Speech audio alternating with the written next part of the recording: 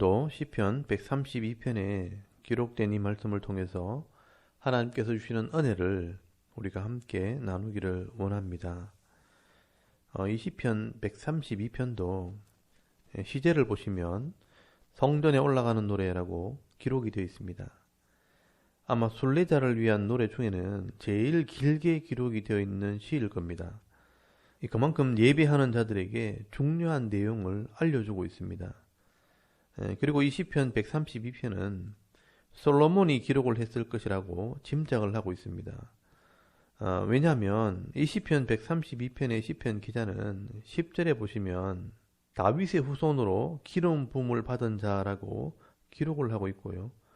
또한 8절에 보시면 법궤를 가지고 성전으로 들고 들어간 사람이라고 기록을 하고 있기 때문에 다윗의 아들로 성전을 지은 솔로몬이 이 시를 기록했을 가능성이 크다고 볼 수 있습니다. 그리고 그 내용은 다윗의 후손을 통해 이루어질 하나님 나라에 대해서 노래를 하고 있습니다. 여러분, 이 솔로몬은 하나님의 은혜로 성전을 건축했고 또 성전 봉헌식을 하면서 이 하나님의 언약을 믿고 나와 예배하는 자들에게 하나님 나라의 복이 임하게 될 것을 선포하게 됩니다. 그러면서 솔로몬은 자기 아버지 다윗이 하나님과의 언약을 기억하고 법궤를 찾아오게 된 사건을 소개를 하고 있습니다. 그래서 여러분 1절을 보시면 여호와여 다윗을 위하여 그의 모든 겸손을 기억하소서라고 노래를 합니다. 여러분 여기 겸손이라고 되어 있지만 사실 다윗의 근심과 고난이라고 해야 맞습니다. 다윗이 이 법궤를 찾기 위해 근심하고 애쓴 것을 기억해 달라는 것입니다. 여러분 다윗은요 2절에서 5절까지 말씀을 보시면 내가 법궤를 찾기 전에는 집에 들어가지 않고 침상에서 잠을 자지 않겠다고 하나님께 서원을 했다는 것입니다. 다윗은 그만큼 이 법궤의 중요성을 알았다는 겁니다. 여러분 이 법궤 안에는요 하나님과 이스라엘 백성들이 하나님의 법, 이 율법을 가지고 언약을 했다는 그 언약을 증거하는 증거판이 그 안에 들어있습니다. 이 언약의 말씀을 따라 하나님께서 복을 주시고 이 언약의 말씀을 따라 속죄하고 예배할 때 하나님께서 은혜를 베풀어 주신다는 것을 믿었다는 겁니다. 그래서 여러분 6절에 보시면 다윗이 에브라다, 이 에브라임 땅에 있는 나무밭, 이 기럇 여아림이라는 곳에서 법궤를 찾았고요. 솔로몬은 성전을 짓고 그 법궤를 성전으로 들고 들어왔다는 겁니다. 여러분 이 법궤는요 원래 실로란 곳에 있었고요. 사울 때 그 중요성을 깨닫지 못해서 블레셋과 전쟁을 할 때 이 법궤를 들고 나갔다가 빼앗기게 된 것입니다.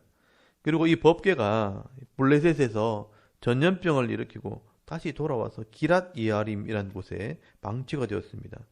여러분 이 기럇 여아림이란 말이 나무밭이라는 뜻입니다. 그런데 다윗이요 왕이 되자마자 하나님께 예배드리기 위해서 이 법궤를 찾아다녔고 그 법궤를 기럇 여아림에서 찾아서 자기 왕궁으로 들고 들어왔는데 나중에 다윗이 법궤를 들어놓을 하나님의 집, 이 성전을 짓겠다고 할 때 하나님께서 네가 내 집을 짓는 것이 아니라 내가 너의 집을 지을 것이다. 다시 말해서 다윗의 후손을 통해서 하나님 나라가 이루어질 것이라고 약속을 하셨습니다. 그리고 당시 성전은 너의 아들 솔로몬이 짓게 된다고 약속을 하셨습니다. 그래서 여러분 솔로몬이 이 성전을 짓고 난 뒤에 이 법궤를 성전으로 옮겨 놓으면서 이 시를 지은 것입니다. 그래서 여러분 7절에서 8절까지 말씀을 보시면 우리가 그의 계신 곳으로 들어가서 그의 발등상 앞에서 엎드려 예배하리로다. 여호와여 일어나사 주의 권능의 궤와 함께 평안한 곳으로 들어가소서. 주의 제사장들은 의를 옷 입고 주의 성도들은 즐거이 외칠지어다 라고 노래를 하게 된 겁니다. 이렇게 솔로몬은 법궤가 있는 성전에서 하나님께 예배하게 되었고 또 아버지 다윗이 하나님과 언약한 대로 다윗의 후손 이 메시아를 통해 하나님의 나라가 이루어지도록 기도하게 되는 것입니다. 그래서 여러분 10절에서 12절까지 말씀을 잘 보시면 주의 종 다윗을 위하여 주의 기름 부음 받은 자의 얼굴을 외면하지 마옵소서. 여호와께서 다윗에게 성실히 맹세하셨으니 변하지 아니할지라. 이러시기를 네 몸의 소생을 네 왕위에 둘지라. 네 자손이 내 언약과 그들에게 교훈하는 내 증거를 지킬진대 그들의 후손도 영원히 네 왕위에 앉으리라 하셨도다라고 말씀을 합니다. 여러분, 하나님께서 다윗에게 성실히 맹세하고 약속하셨다는 것입니다. 너희의 자손들이 하나님의 언약을 기억하고 하나님의 교훈과 증거를 지켜 순종하면 그 후손들이 영원히 왕위에 앉게 될 것을 약속했다는 것입니다. 여러분, 여기 나오는 이 다윗의 후손을 통해 이루어지게 될 나라가 바로 하나님의 나라입니다. 그래서 13절에 보시면 하나님께서 시온, 이 예루살렘을 택하시고 영원한 안식처로 삼으셨다라고 말씀을 합니다. 그리고 이곳에 양식을 주시고 떡을 주시며 16절에는 제사장들에게 구원의 옷을 입히셨다라고 말씀을 합니다. 그리고 17절에도 다윗에게 뿔이 나게 하시고 기름 부음 받은 자를 위해 등을 준비하셨다라고 말씀을 합니다. 여러분, 뿔은 권세를 상징하는 것이고 등불은 성령의 은혜를 상징한다고 할 수 있습니다. 이 다윗의 후손을 통해 메시아가 오시면 하나님의 나라를 선포하시고 성령을 통해 일하실 것을 말씀을 하는 것입니다. 그리고 여러분 18절에 원수에게 수치의 옷을 입히고 왕관이 빛나게 하리라 라고 말씀을 합니다. 이 메시아를 통해 하나님의 나라가 빛과 같이 드러나게 될 것을 말씀하고 있는 것입니다. 여러분, 하나님께서는요, 하나님의 언약을 기억하는 다윗과 이 솔로몬을 통해 하나님의 나라가 이 땅에 이루어지게 될 것을 지금 예언하고 찬송하게 하시는 것입니다. 그리고 실제로 역사 속에 예수님께서는 이 예언대로 이 땅에 오셔서 공생애를 시작하실 때 하나님의 나라가 가까이 왔다고 선포하셨습니다. 그리고 3년 동안 이 하나님 나라의 법인 하나님의 율법을 다시 가르치시고 또 십자가의 죽으심으로 죄인들을 구원하시고 하나님의 나라 백성이 되게 하셨습니다.